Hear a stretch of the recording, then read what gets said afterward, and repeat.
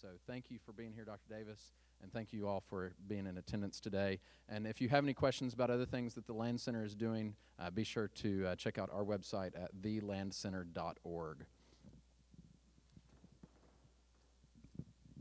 Okay, at the end of his presentation, there will be time for question and answers.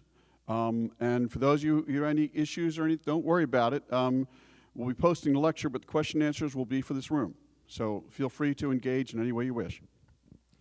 We'll turn it over now to our speaker. Please welcome my brother.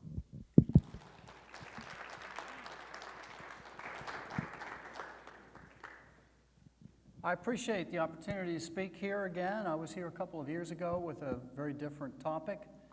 The topic I'm going to address today is the story of a very common piece of idea, a very common meme, you might call it, in American culture.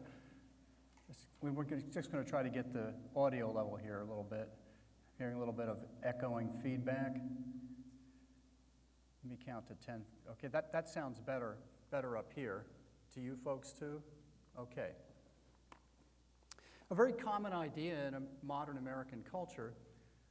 There's two forms of it you may have heard. One form is the notion that present tense Christianity and science are in conflict and science wins. The more historical form of that is the one that I often deal with. It's Christianity and science have always been in conflict. And that's the idea I want to talk to you about today. Discuss its roots in American ideas, is what scholars call ideological roots of this notion. I'm going to start with the book that you see on screen. It's a 2-volume work, a real doorstopper. It was published in 1896. You can see the title for yourself. The author, Andrew Dickson White, was a historian who in fact served as the very first president of the American Historical Association. And he was also the first president of Cornell University. And the story of the founding of Cornell University, I will give you a little bit of that story today because it's closely related to the proliferation of the particular idea that you see captured on the title of his 2-volume work. Now, this is one of the great works of fiction of the late 19th century, and yet the author never intended for that to be the case. But I want to tell you about some of the contents of this work. You may have heard some of these ideas before. In fact, I'm almost certain that everyone in the room will have heard of one of the ideas in this book that I'll present to you in just a few minutes. Let's begin from the conversation about that by saying that today this notion of science and Christianity in conflict is very prevalent. As recently as 2006, Time magazine featured that topic of God versus science in the form of a debate within its pages between the British zoologist Richard Dawkins, one of the most famous proponents of what's often called the New Atheism, and Francis Collins, who had recently completed heading the Human Genome Project, the mapping of the human genome at the National Institutes of Health. After he did that, Collins retired, became a private citizen, and during that period of time, he founded a ministry for Christians dealing with science called BioLogos. Then later, he was called out of retirement by Barack Obama and nominated to be the head of the NIH, which he still is today. That particular appointment, by the way, requires Senate approval, and the vote for Collins to approve him was 99-0 in the Senate. So that may say something about the differences between then and now, or something about him. I'll let you draw those inferences yourself. But this is a common perception in the United States. And what about the historical roots of this notion, the idea that this is an ongoing, inevitable conflict? Well, this is a very old idea in America. Probably Baptists, I'm betting Baptists, all Baptists know who Thomas Jefferson was, I suspect. A lot of non-Baptists do as well. But in a Baptist-type context, you know his views about separation of church and state.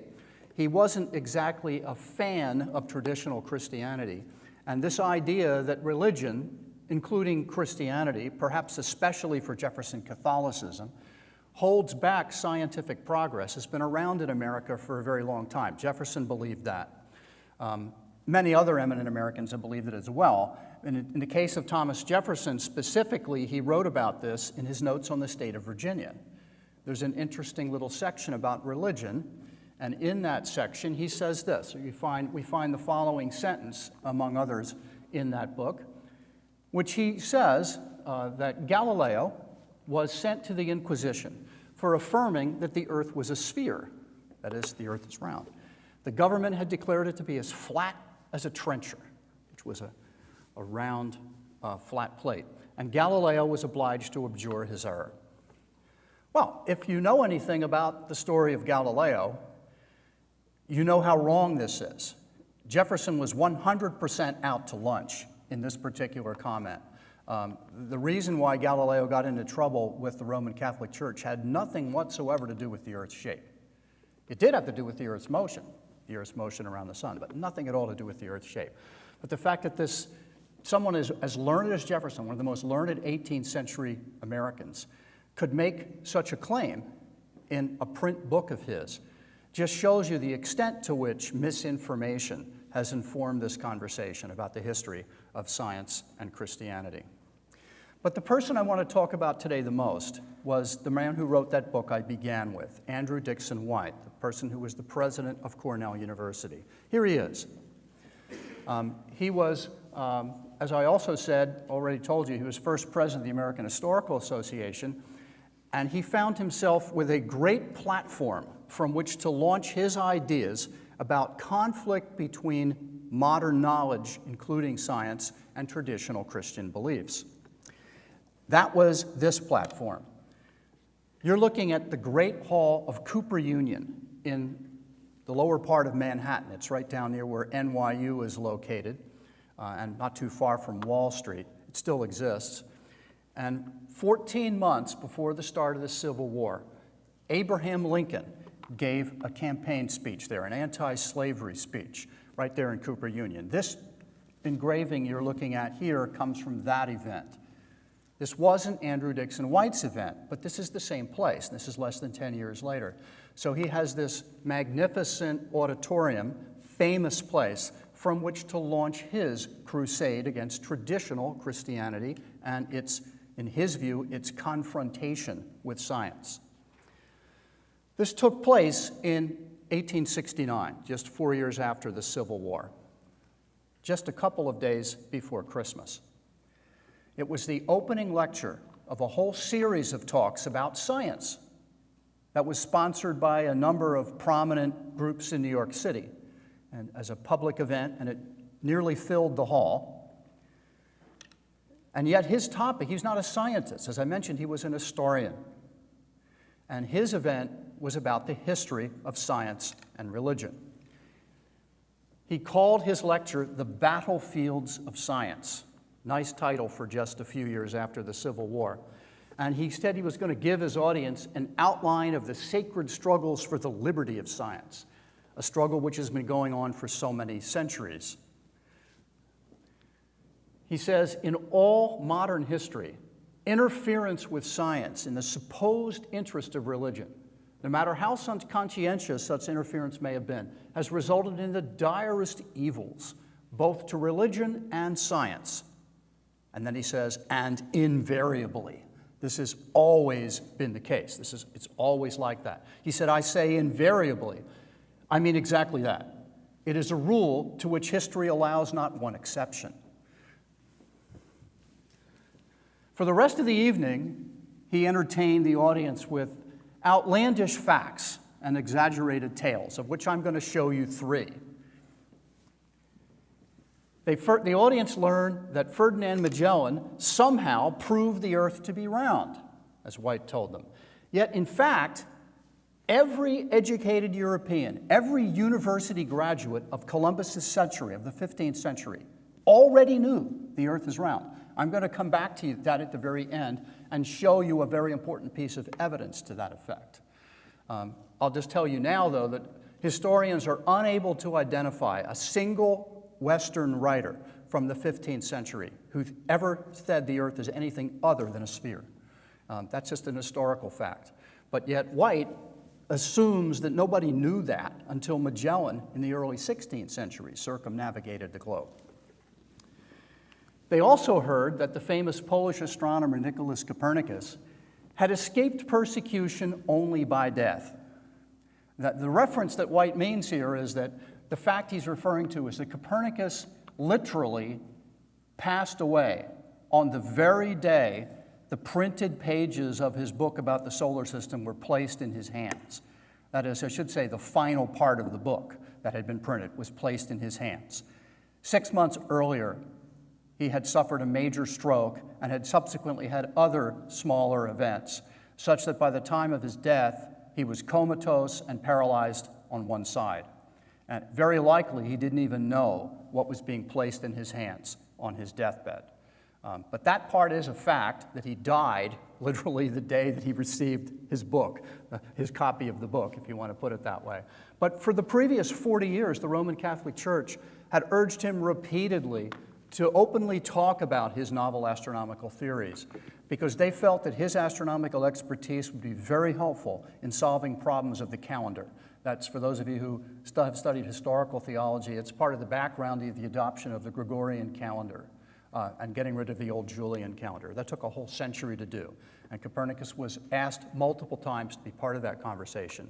Even orders coming from the direct office of the papacy and other various cardinals at different times asking him to get involved in that conversation. In other words, there's zero evidence that the Roman Catholic Church was worried about what we now call the Copernican system in the 16th century, the century of Copernicus. Those interactions with Galileo happened in the next century, and for a number of reasons that I won't go into today, though I'd be happy to talk about afterward if you want. The third fact, outrageous fact, that White gives his audience is related to the anatomist Andreas Vesalius, a Belgian anatomist who was teaching at the great medical school in all of Italy, Padua. And Vesalius was known as a dissector. He revolutionized medical education by not simply by, he wasn't that he dissected cadavers. There was nothing revolutionary about that. Medical schools had had cadaver dissections for at least 2.5 centuries by the time of Vesalius in the 1540s. They go back all the way to the early 1300s. In fact, I could show you pictures from a surgical manual from Montpellier in France showing a cadaver on a slab being dissected in the mid-1300s as part of surgery education there. So he said that, Andrew White told people that dissection of the human body was thought akin to sacrilege. That's what he said. And yet, anatomists had carried out dissections in various parts of Europe, I say for more than 2 centuries at that point. So these are 3 of the whoppers that White tells his audience about, and he blames each of these 3 on Christian theology, is what he blames it on. The title of his book, again, has theology in it, The Warfare of Science with Theology in Christendom. Now, what led White to write a book in which he would go on to elaborate on claims such as those I've just shown you? The book was published almost 30 years after the lecture I was just quoting for you. So he works on this for decades, and it becomes his magnum opus. Well, the circumstances are quite interesting. They help us to understand where he's coming from ideologically. They go back to the Civil War, and they go back to the New York State legislature. During the Civil War, as you may know, the United States government, that is the North, passed the Morrill Land Grant Act, which made public federal land available to states, either to use directly for placing a new college or university on, or to be sold to fund such a place, in order to broaden the curriculum from the traditional liberal arts to include significant attention to subjects like agriculture and engineering. I think here in Texas, your land grant school, which takes effect after the Civil War, is A&M, right? And in Pennsylvania, it's Penn State. In Indiana, where I went to university, it's Purdue. And in New York, it's Cornell. Even though Cornell is an Ivy League school, it has a private piece, which is most of the university, endowed by Ezra Cornell, whom you'll meet shortly in these slides, and a public piece, which was the result of the Land Grant Act. So if you're actually an ag student at Cornell, you pay state tuition instead of private Ivy League tuition. So Cornell's kind of an odd duck in that regard. But Cornell grows out of this. And so the new law gave this land to the states, and the states could decide for themselves how to figure this out, what to do with this. Now, you know, whenever the federal government gives money to states to figure out what to do with, there's usually political fights go on at the state level to decide exactly what to do with it, and that's what happened in New York. So that's the context out of which White's book grows. That might seem strange, but let me explain that. So the first proposal that comes along is this is going to sound like I'm making this up, but the legislature votes to give funds to the People's College in Havana. That's what the place was actually called. That place is now known as Montour Falls, and that college didn't make it. It never really took off. So that was a failed suggestion. But then other ideas get batted around, and then Ezra Cornell, whom you see here, comes into the picture. He was a very, very wealthy man who'd made he was the high-tech millionaire of his day. He made his money in the telegraph industry, and then he comes into the New York State Senate and gets himself elected to that. And so he proposes to divide the funds between this People's College and another place that also isn't very stable. So that becomes failed idea number 2. And at that point, a newly elected senator who's been a former college professor, he's a New Yorker, his name is Andrew White. His father's a very influential guy in Syracuse, but Andrew White has just come back to New York from University of Michigan, where he's been teaching history. And so he has this high-level background in college, and so they make him the chair of the Committee on Education in New York. And so he sponsors this idea, and he convinces Ezra Cornell to go along with it as well.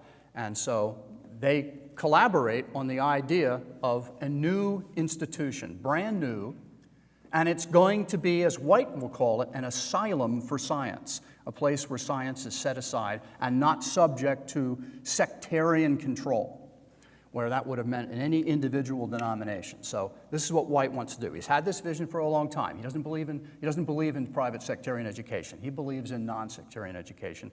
Michigan already was doing that, and he wants to clone that in New York. So the new bill is going to establish what becomes the first non-sectarian university in New York. There's lots and lots of liberal arts colleges in New York. There's dozens of them. Most of them Episcopalian, including the one that White himself went to, which was Hobart. And, you know, they're all over the state. But he wants to set up a brand new kind of operation. And he doesn't want it to have any kind of control coming in from clergy at all. Even though he will make sure there's a chapel on campus, it's going to be a non-sectarian chapel. So, with the funds now again on the table to debate what we're going to do, having Plan A and Plan B haven't worked, what we're going to do for Plan C, the older colleges already there, these denominational colleges come forth and say, hey, look, you know, we got all this money to divide up. Shouldn't we get a piece of this action? And some of them were already teaching a little engineering and a little agriculture. And so they say, you know, we can do this. So give it to us. So that political fight happens. And as political fights go, things get said and people get offended and sides get further apart sometimes. And that's exactly what happened here in New York State. The denominational colleges also made it a point to protest the non-sectarian nature of the institution that White himself was pushing to establish. They used that as a talking point in the political fight. Now, for his part, White proclaims that Cornell is going to be an asylum for science, where truth shall be sought for truth's sake, not stretched or cut exactly to fit revealed religion. And so things get really hot, and when it's all over, White does win, but his opponents like to point out that, you know, guess who gets elected the first president of this college that he himself has basically orchestrated to set up in the Senate? And it's White. And you know, you can see how that would go. So this just gets even more embittered as time goes on. When it's all over, White writes to Ezra Cornell, his newfound friend, and he says, I shall feel a great deal happier we can get fairly into the fight. I believe that we can give them a lesson which they will remember. He's speaking about those opponents of his who represented this Christian higher education. White himself, at this point in his life, believes that Christian higher education is an oxymoron. He just doesn't think that education and sectarian belief go together at all. So he has a very low view of the kind of institution that had given him an education, Hobart College. I'll say a little more about that in just a minute. And he gets his chance to even the score against his opponents at Cooper Union. He wants to paint the history of the Christian encounter with science as this confrontation with science eventually winning, and Christianity literally doing nothing but holding back the progress of science. And so that's where he gets these ideas are just boiling out of him that this is the case. Now, there is a chapel at Cornell, as I mentioned, and this is it, actually. This is the chapel at Cornell. But there is a religious story here that also lies behind the creation of Cornell. It's not simply this belief in White's that he wants higher education free of sectarian control.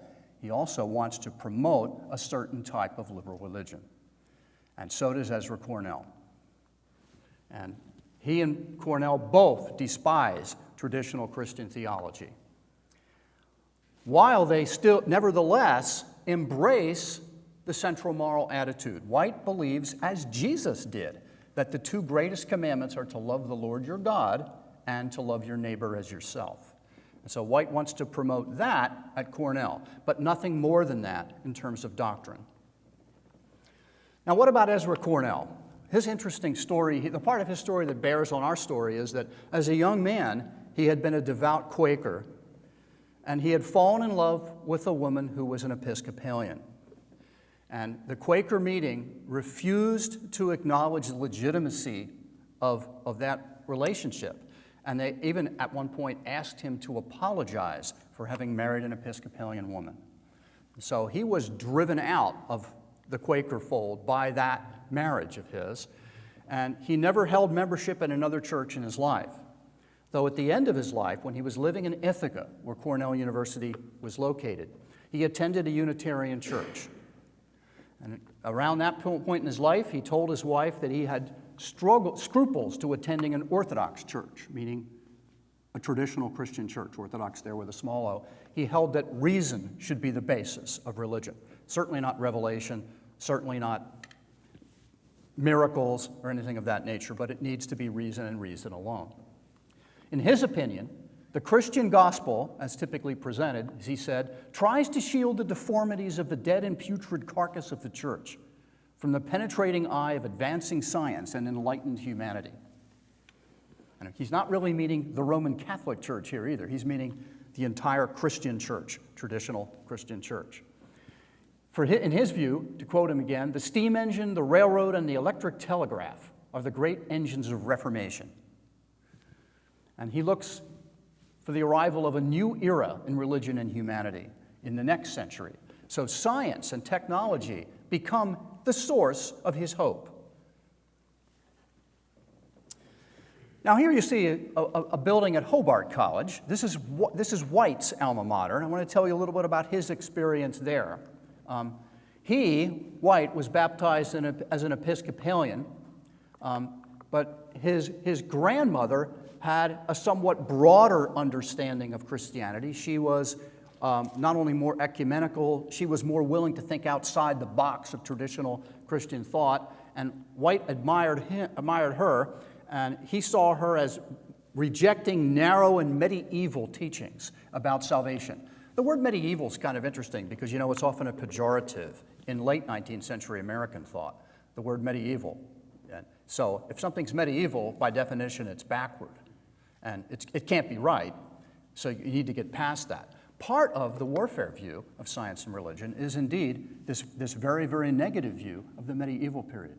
In our own culture today, a lot of people are influenced by Carl Sagan's views from the original series Cosmos, from my university days back in the 1970s and 80s, when Sagan was promoting the view that the Middle Ages had been a period of great backwardness, and that the church had held back the progress of science, and that if the church had not really been culturally the dominant force in Europe at that time, we would have had many scientific discoveries long before they actually were discovered. So that view that the medieval period is nothing but backward and holding back progress of knowledge, that's a common view in the 19th century, and White's using the word medieval here in exactly that sense.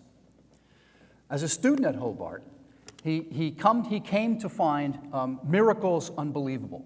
And traditional courses in apologetics, which almost everyone took in a 19th century American college, including White, he found them unpersuasive.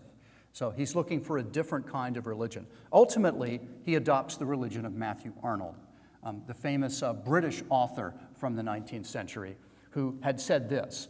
On the final page of the introduction to White's massive 2-volume work, he quotes Matthew Arnold, not by identifying the author. He doesn't say it's from Matthew Arnold, but it is. It's a famous saying of Arnold's. White defines the kind of religion he wants, and the kind of religion that is not in conflict with science, he thinks, as recognition of a power in the universe, not ourselves, which makes for righteousness. That quote within the quote is from Matthew Arnold. And in the love of God and of neighbor. So that is White's religion in a nutshell, right there. Now, like Cornell then, White despises Christian sects, by which really he meant any church that adhered to a specific creed.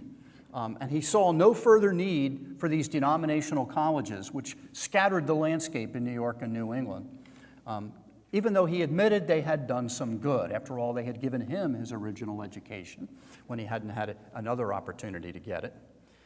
So in his inaugural address at Cornell, he says, perhaps no one thing has done more to dwarf the system of higher education in this land than the sectarian principle, which is an evil germ. That's what he calls it. So White and Cornell go out to explicitly create a non-sectarian university. Now, as an aside, there's another guy, also in New York, who's also part of this general mindset that churches have had nothing good to do with the progress of knowledge in the past. And that's a chemistry professor at NYU, who's famous in his field, as famous, I would say, in fact, in chemistry, as White is in history. I mentioned already that White became the first president of the American Historical Association. Well, this man here, John William Draper, became the first president of the American Chemical Society. And he was famous for, among other things, taking the first photograph of the moon all the way back in 1839. Because, of course, in those days, you know, this is a little bit before cell phones having cameras and such, photography wasn't electronic, really. It was chemical. And you would produce the images on some kind of chemical material. Later, it's film. But early on, you know, some kind of big plate of some kind with chemicals on it, and light will expose chemicals, and then you'll slowly develop them and produce a print. That process begins around the time he takes that photograph of the moon back in 1839. So that a chemist would be a pioneer in this is no surprise. He also then goes on, though, to become an amateur historian. He gives up really practicing chemical research and begins writing great big books about big ideas in Western history, including this one called A History of the Conflict Between Religion and Science. It's not identical to White's. He doesn't see himself as really totally at war with traditional Christian thought. For him, the real bogeyman is the Roman Catholic Church and its alliance with secular power to prohibit free thinking. But he still, when he gets a shot in or two against Protestants, he will do that. But there's a grand narrative in the book, and it's summarized right here. This is one sentence from the preface. The history of science, he said, is not a mere record of isolated discoveries. It's a narrative of the conflict of two contending powers, the expansive force of the human intellect on one side, and the compression arising from traditionary faith and human interest on the other. So he sees it as the good guys and the bad guys. And you can see where religion fits in to this picture and where science fits into this picture. As I say, he was especially concerned to paint pictures of Catholicism, very negative pictures of Catholicism. And that's the reason I think that the number one myth he paints in his book is the flat earth myth and Columbus. And I'll get to that shortly. So what's wrong with this warfare view of the history of science and religion? Well, perhaps surprisingly, before I tell you what modern scholars think, today's scholars think about this view, I should tell you that the history of my own discipline is caught up in this warfare myth. The history of science as an academic field was founded by a Belgian scholar in the early 20th century who ended up teaching at Harvard. His name was Georges Sarton. Sarton founded the two first journals of the history of science, one of which has the unfortunate name Isis, named after, of course, the Egyptian god or goddess? Goddess. And Osiris is the other one. But Isis, in the very first issue of Isis, published in the 1920s, and at that time Isis was a trilingual journal, he publishes an article in French that he wrote, and he's basically telling people about how he's going to treat this new academic field that he's founding. And he tells people that he's going to treat the history of science and religion, and he praises the work of Andrew Dickson White. And in context, what he's basically saying is the way that historians of science will treat science and religion is as a series of footnotes to White. So my own academic field is founded from White's mentality. And it takes a couple of generations before historians of science begin to throw that off. But what do people think today about White? Well, you know, I could say a lot about that, but to keep it short, I'll give you just a few examples of what modern historians and other scholars, experts in aspects of the history of science or sociology of science, think about this. Well, here is one such scholar. This is Larry Principe, who teaches history of science and organic chemistry. Actually, he came from organic chemistry into history of science at Johns Hopkins. He's the one who teaches, in fact, the pre-med organic course at Hopkins, but he also teaches graduate courses on the scientific revolution.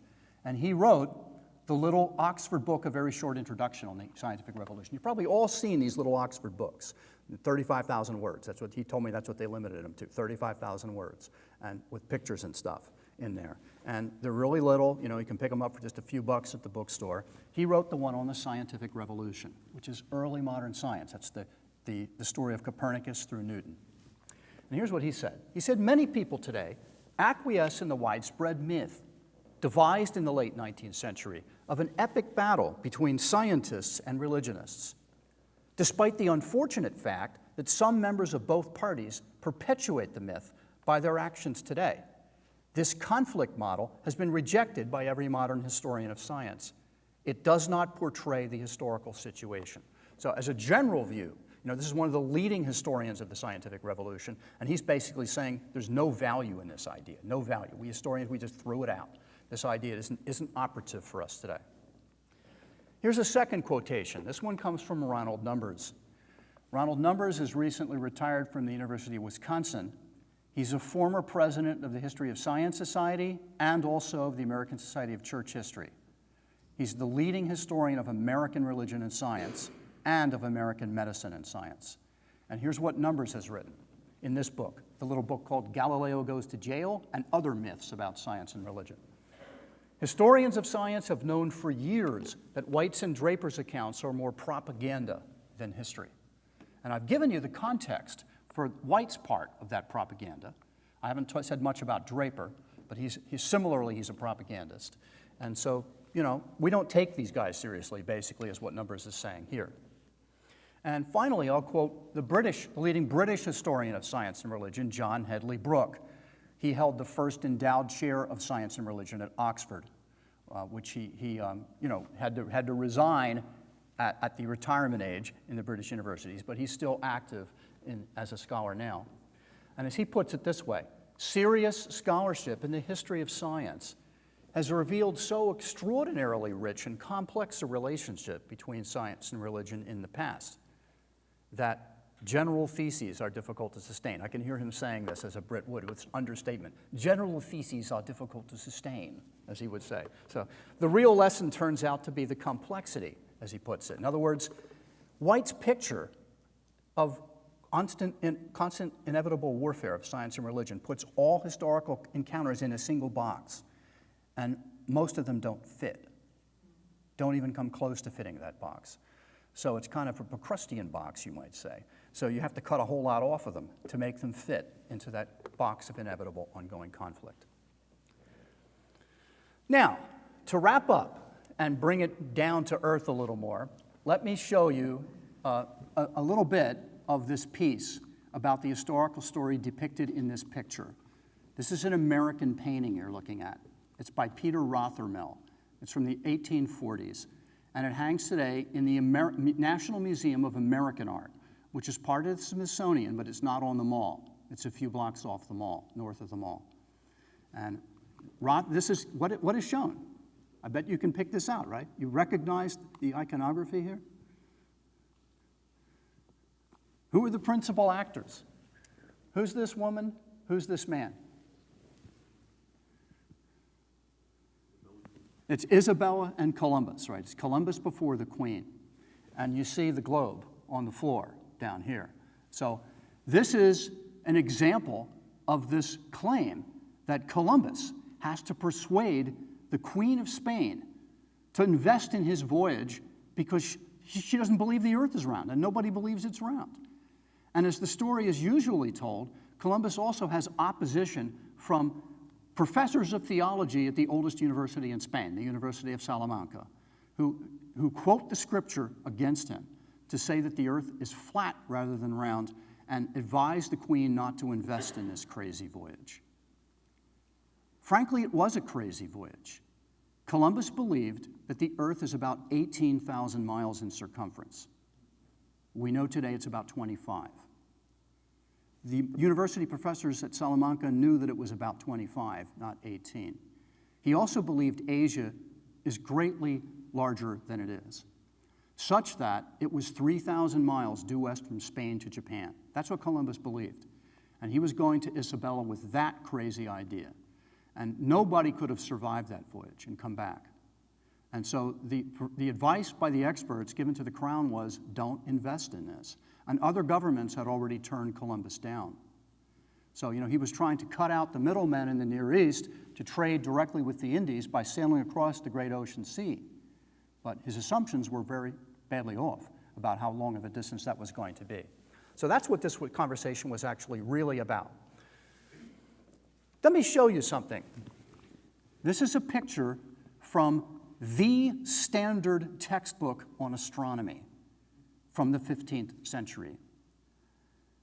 This textbook predates the 15th century by more than a long time. It goes back to, it's a textbook originally that was used in manuscript, that is in handwritten copies, at the University of Paris by a master of arts at the University of Paris, an Englishman named John of Sacrobosco, who taught astronomy and mathematics at Paris. He wrote what remained the standard textbook for 400 years. This science textbook probably had more shelf life than any textbook in scientific history. And here you see in printed versions of this, after Gutenberg in the 1400s, you can print the book and you can put images in it that become standardized. And this is from the 1488 Venice edition. I picked that one because it's before Columbus. And I'm showing you what people at university were taught about the earth in the 15th century. And as you may know, if you were a university student in the 15th century, you pretty much took the same curriculum. You just got a generic Bachelor of Arts. And at most universities, there was a required introductory course on astronomy. So John Calvin, for example, I have not looked at his transcript, but if there's people here who have, I bet it's the case that Calvin took astronomy when he was a student. Wasn't he a student at Paris? Did he go to Paris? Sorbonne? Okay? But he had this book. And so, he does make astronomical references. I can come back to that at the end if you want in the Q&A. But he's an educated man. He knows 15th century astronomy quite well. And he got it as a university student. So this is what university students are being told. And in this picture, that's not the north and that's not the south. This is the north and that is the south. And you show people at different latitudes on the earth looking into the sky and seeing different stars. This argument comes from Aristotle. And this is what was taught to students in 15th century universities and other arguments proving that the earth is round. And this is the first part of the book. So the first thing you learn in the standard textbook on astronomy at the medieval university is that the earth is a sphere. And nobody's taught otherwise. This is not controversial stuff. This is textbook knowledge, not state-of-the-art conjecture. So contrary to what many people have been taught, the Earth's spherical shape and approximate size have been well known, and since before the time of Christ. The Greek Aristotle, who taught the Earth's round shape, is teaching in the 4th century BC, and Greek astronomers in the Greek tradition, wherever they work, are measuring its circumference, and there's a definitive measurement of the circumference around 250 BC in Alexandria by Eratosthenes.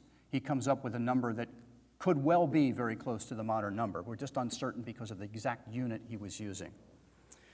That knowledge never disappeared in the Western world.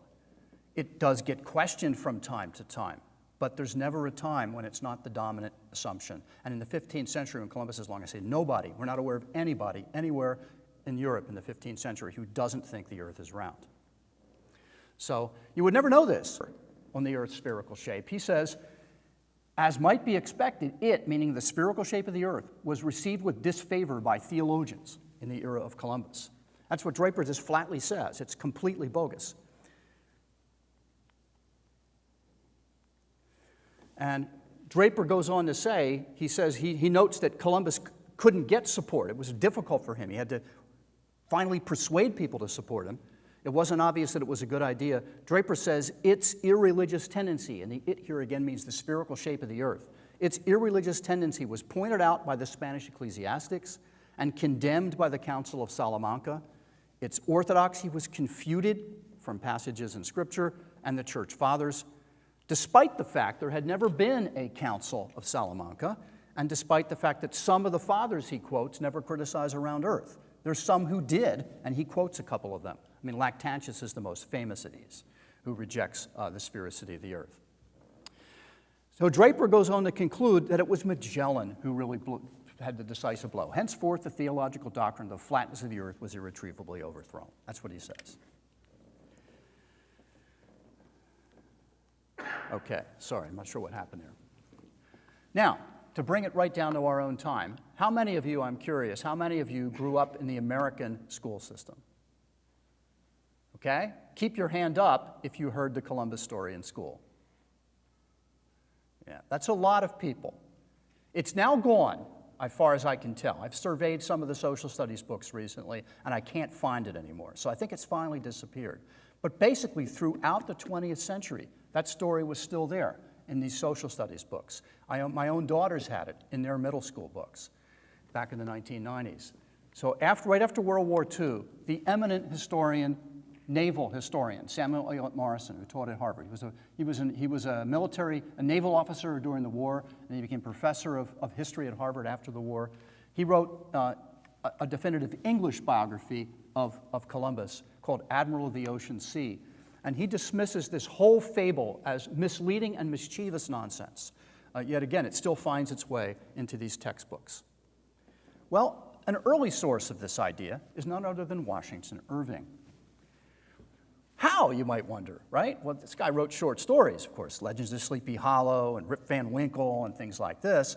He also wrote a 4-volume biography of Columbus, which was part fact and part fiction. And he put enough fact in it there to persuade people that maybe it was true. He makes a hero out of Columbus in this popular biography and gives it a specific anti-Catholic spin. These, of course, these university professors at Salamanca, they're Catholic scholars, right? And they're quoting the Bible against Columbus. You imagine a scene like this, right? So the famous author of short stories simply invents this idea that Columbus outduels a university council that throws the Bible in his face. And he's able to match Scripture with Scripture to overcome them. That's how he's depicted in this biography. This is completely manufactured. Now, what Jefferson, Irving, and Draper had in common was animosity toward Catholicism. And they didn't hesitate to invent stuff or pick up on knowledge that they really couldn't verify. You know, sort of retweet things, if you want to put it that way, to embarrass the Roman Church. Anti-Catholicism was widespread in 19th century America, including among academics such as Draper and White, for that matter. And this, I think, helps explain the acceptance of this flat earth myth, despite abundant evidence to the contrary in medieval art. I'll show you 2 examples. Ever seen this? This is the sculpted west portal of Westminster Abbey in London, right? One of the most famous works of art probably in all of England. And what do we got here? This is Christ in Majesty, standard iconography in medieval art, making the Byzantine symbol of gesture of authority along with, right here, the orb. Same thing they use in crowning English monarchs today. The orb. That's a round earth with a cross on it. And it's round. Nobody can miss the fact that's the earth. Christ died for the whole world. That's the message here. And it's round. Hello, people, it's round. And it's not like this is an isolated example. Here, for example, is a 14th century relief of the creation of the earth. And here is a 15th century painted version of Christ in Majesty by Fra Angelico. And anybody who can look at these works of art, and the historians in the 19th century knew about these things, and believed that the medievals were teaching the ordinary illiterate churchgoer. What are they teaching the ordinary illiterate churchgoer? That the earth is round. That's implicit in the depictions of all these things here, right? That's what they believed. After all, the bishops had gone to university. They had studied Sacrobosco. They knew the earth is round. But today, the warfare view, I think, is still far too easily dragged into culture wars, where some use it to dismiss religious ideas as unworthy of serious consideration.